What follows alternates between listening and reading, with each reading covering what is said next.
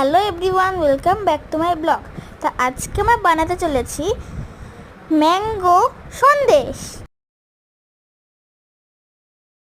প্রথমে পাকা আম মিক্সিতে পেস্ট করে নিতে হবে। তারপর ওই পাকা আমগুলো কড়াইয়ের মধ্যে পেস্টটা দিয়ে চিনি দিয়ে একটু ভালো করে নেড়ে ফুটিয়ে নিয়ে একটু কমিয়ে আনতে হবে। যেই দেখবেন একটু কমে আসছে, টান টান হয়ে এসছে, তখন বন্ধ করে দেবেন।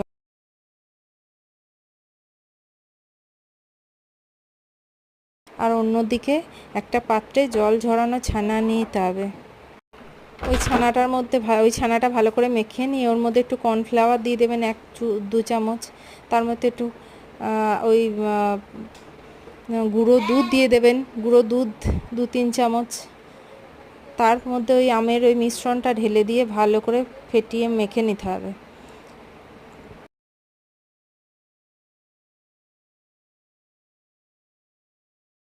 তারপরে একটি অন্য পাত্রে ঘি ব্রাশ করে নেওয়ার পর ওই মিশ্রণটা ওই পাত্রের মধ্যে ঢেলে দিয়ে ফ্রিজের মধ্যে 3-4 ঘন্টার জন্য রেখে দিতে হবে রেস্টে।